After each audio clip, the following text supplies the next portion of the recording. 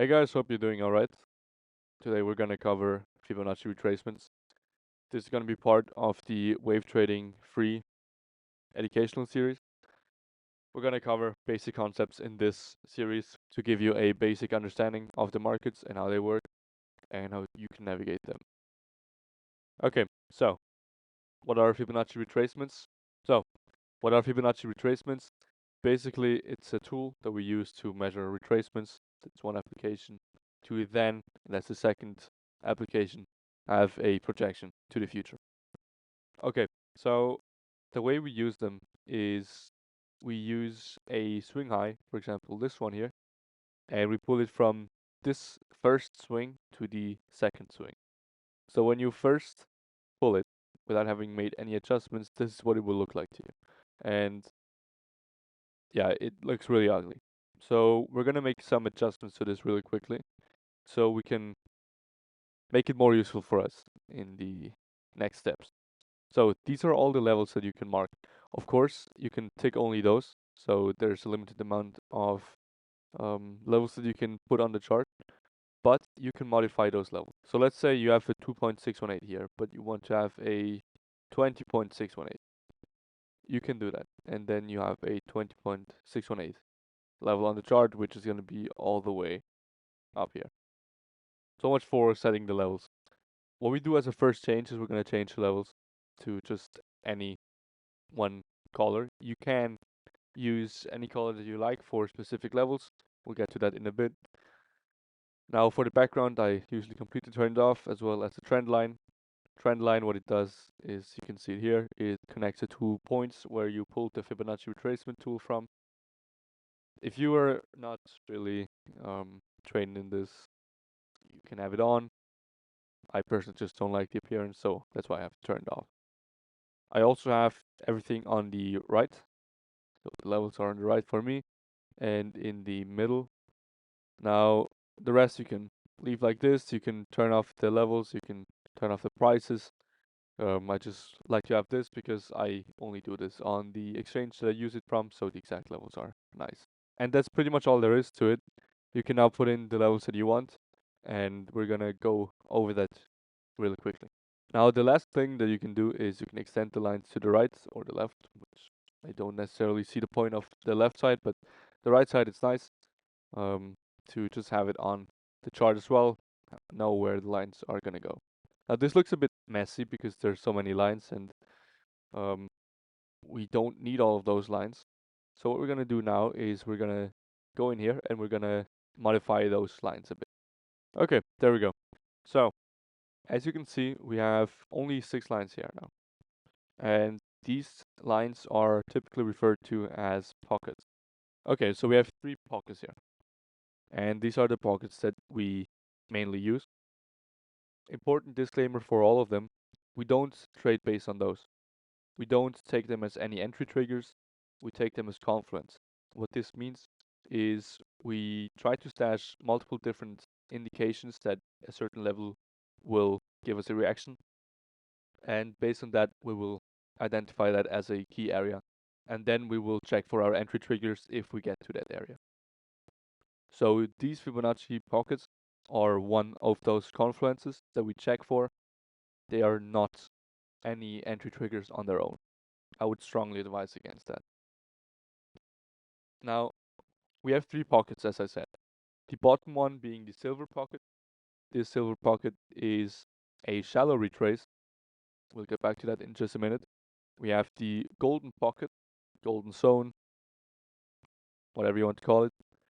This is a normal mid retracement. And we have the strong retracement, which is the 83786 pocket, the platinum pocket. Now, these retraces, the shallow, mid, and strong retraces, they give us a feeling for the market. Let's just think about this for a moment. This tool is called Fibonacci Retracements. So it's measuring retracements of a move. Of which move? Correct. Of this move down here. So if this move gives us a shallow retrace only to this point and then it continues downwards, this means that the initial move down was strong and that the continuation is also likely to happen. This is if that pocket holds. if we go to the 618 golden pocket, this is a normal retrace. This can happen. This is something that's pretty usual. Price can go further than. The only real problem is the deep retrace, which is the point where the retrace is almost finishing up the entire move downwards. So at that point, you would expect a very slim reaction or just not a strong move. So if that happens, if you would get a move up here, all the way up here, then you would say, that, okay, this move up is pretty strong, so the retracement is pretty strong. The down move doesn't seem too convincing at this point. If you were to get the reaction, you wouldn't be looking to take it down to 0. So let's just quickly give us an example of this. So this here is a golden pocket. Pretty normal retracement, goes down. We will cover this in a bit more detail also in another application, which is a bit more tradable, actionable. Because stuff like this, it helps you, but it's not really actionable. So as you can see, I changed the appearance of this Fibonacci real quick. This is now for trend continuations. Okay, this is looking at further retraces, so 618 and 786 as the main levels and the 702 as the middle point of those. Now, for each of those levels, there are statistics behind them, but the more shallow the retrace, the stronger reaction of the following move we expect. So for 618, the purple line, pink line, whatever, we expect the purple line to be hit.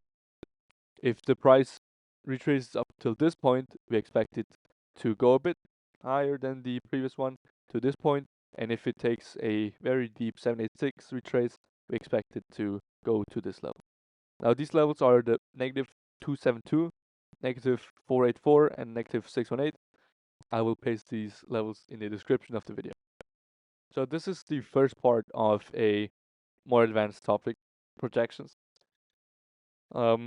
This is a trend continuation. There's way more advanced projections like this that also depend on very complex concepts on their own. For example, sequence projections. Now, they are something else. We're not going to cover them here in this series, but for now we're going to stay with this, as this also gives you quite a good indication of where potential levels might be. So, application for this pretty much stays the same. You use it as confluence. If you have any indication that this point here might act as resistance, and you have this level here as well, the 618 retracement, then you know, okay, this might be a solid point to enter. Now with this variation, you also get target points. They are algorithmically and statistically backed, but of course, if you have any other levels or you see that you get acceptance above any specific level, then of course, feel free to also adjust that take profit. This is not a strategy in itself. It just gives you price expectations, really. And as you can see here, we came into the 618, the pink line came down to this pink line, even though it took some time, but it did it. Okay, really nice. Now with this tool, you can also draw ranges. So I want to cover one last aspect of the Fibonacci retracement tool, and it's ranges. Not ranges as in how we can detect them, how we can trade them. Video on this is on its own. But ranges as in just depicting them on the chart for us to see and identify. So this is our range. It's a Fibonacci tool. We have the 0, 0.5, and 1 line. This gives you the both extremes and the midpoint of that range. You can also do the quarter range with quarter points, so the 0, 0.25, 0.5, 0.75, and 1. This really depends on your personal liking, what you prefer on your trading. This is really just a use case that I mainly use Fibs for, and not the actual range channel tool of TradingView. This is the last use case really I use the Fib retracement for, that I'm going to cover in the basic video here. Alright, so I hope you enjoyed this little video about Fibonacci retracement tools. It's a pretty basic one, easy one to implement into your trading. So again, hope you liked it, and see you in the next one.